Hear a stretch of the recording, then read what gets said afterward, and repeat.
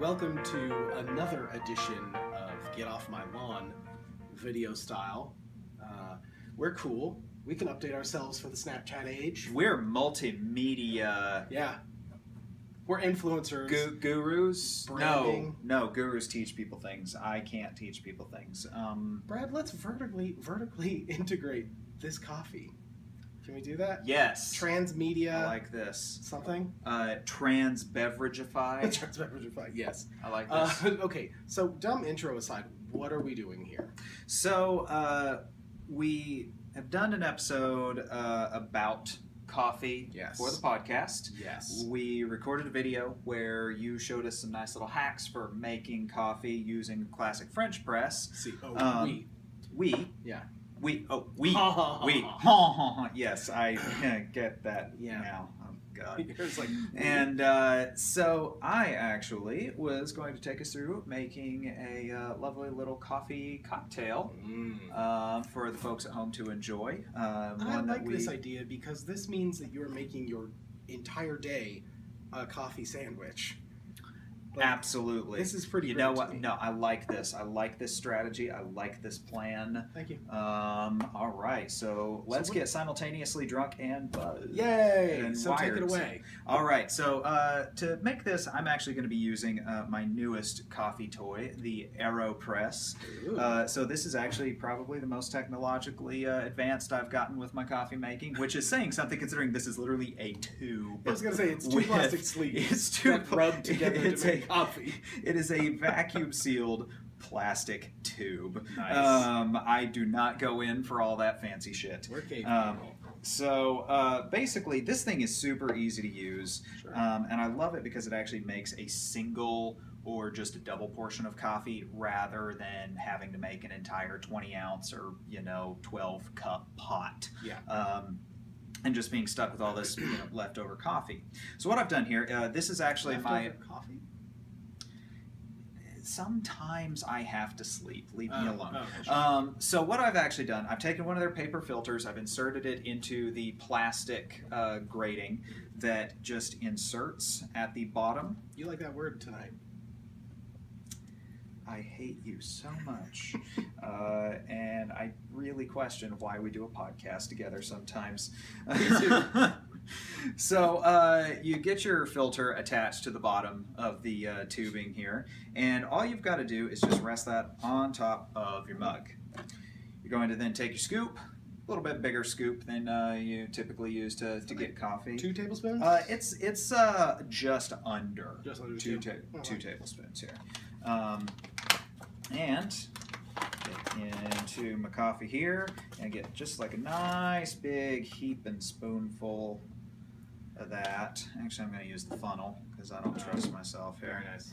Now, here's did that scoop come with the AeroPress? It did. So that's like the dose. Actually, yeah, no. Actually, I kind of love it because the AeroPress kit that you just buy, I bought this one at World Market.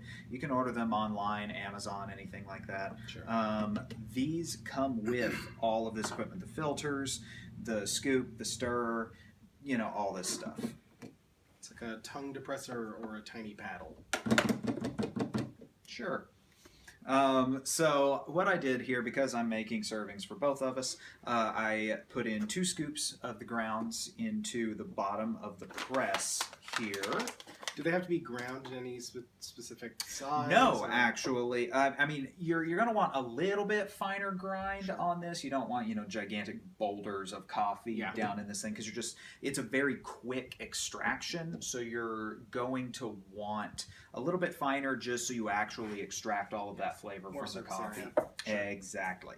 So I've got my water over here, still hot, not boiling, and what I am going to do is I'm just going to start pouring in here, and I'm gonna stir, and you only have to stir this for 10 seconds. Jeez. Yeah, I know, it's pretty quick. That is extremely quick extraction. All right. Then take the top of the tube here and just insert and gently plunge down so that you're creating a vacuum effect here, and you're forcing the coffee down through the grounds in the filter down at the bottom here. And what you're going to get is actually a pretty concentrated dose of coffee. More like espresso? Almost more like an espresso. Oh, okay. Is there a certain amount of time? Is it like a French press where it's like... Yeah, I was. 30 You're gonna seconds? take it gently. Sure. You know, somewhere between like 20 and 40 seconds Okay. is usually a good one. And the thing is, because this is literally a vacuum press, it takes that long to plunge it. You can't Just 'cause the resistance. You can't really force it. Yeah. It would be extremely difficult to do so. Yeah. Man, I was really hoping you'd say insertion again. I tried. No, you revealed your goof, and now you don't get to use it anymore. Oh, wait. Who's editing the video?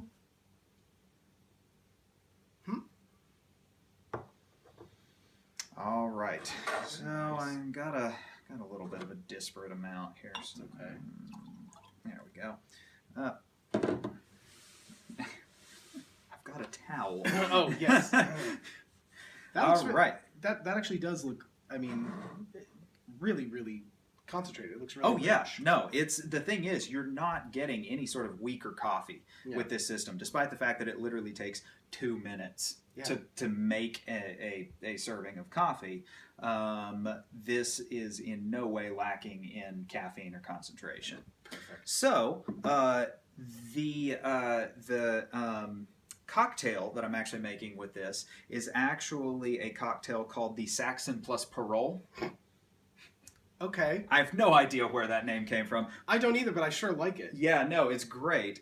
I love it. I have not a clue who named this cocktail or why. A Norman, perchance? More than likely. I don't know. So it's actually a espresso and scotch based cocktail. Very nice. So you're going to take your coffee here, and to that you're going to add 1.5 ounces of blended scotch. Please don't use like a Lagavulin 16 to make that. That would be awful. This is where you want a cocktail quality spirit, and not I'm something even that is pushing like on that. the rocks. I'm even pushing that with the monkey shoulder that I'm using right here. That is wonderful. Because this is absolutely fantastic scotch. It's one of my personal favorites. I mean, I do believe that it will lend itself very nicely to this cocktail. I'm very excited. So you're going to have your 1.5 ounces of scotch. You're going to have 0.5 ounce of Drambuie. Oh, okay. This is good. This is really nice. So Scottish honey liqueur here. 0.5 ounce. So just to pull back the curtain a little bit, we haven't recorded that podcast episode. We're going to drink this while we do it because we're crazy people. So now, when you listen to that episode and you're like, why did they sound plastered? You'll now know. Well, I mean, I think we're probably going to explain it in the episode as Probably. well. So 0.75 ounces of agave. Okay. So this is actually a maple agave blend. That sounds I think delicious. I think it's going to still be pretty damn good. Sure. The original recipe calls for just straight agave, but I think the blend will taste wonderful. So it calls for agave, not simple syrup? That is correct. That's okay. So this was made by Hipsters. Yeah, exactly. Yeah. Someone named like Starshine. Maybe. Really was proud of their beard. Maybe. I would certainly be very, if I could find out who invented this, if it is Mr. or Miss Starshine, let me know. Yeah. And love to give you a shout out for this. Swap beard oil recipes. I have some of those. I know you do. I just have beard balm that's made by like Ooh, that's good stuff people too. on the East Coast. Oh, it's really nice. All right. Wow, this really took a turn. So, I'm going to add just a little dash of cayenne to mine. I know that you will be forgoing the cayenne. I have This a one gentle was yours, constitution. right? Mine, yes, that one. That's is what I mine. thought. All right. Interesting. All right, and there you have it. Ooh. Saxon plus Parole. And it's meant to be had hot. It's meant to be had hot. This is definitely like a after dinner sort of, you know, digestif kind of cocktail. Oh, that smells good. Let's see. Oh, oh, that is lovely. Oh, yeah, no, that's really good. Ooh, yeah. Ooh, and the cayenne too. Yeah, no, that's great. Well, yeah. hope you folks try this out, and hope you enjoy it because it is fantastic. Mm-hmm. Cheers, everybody. Now, kindly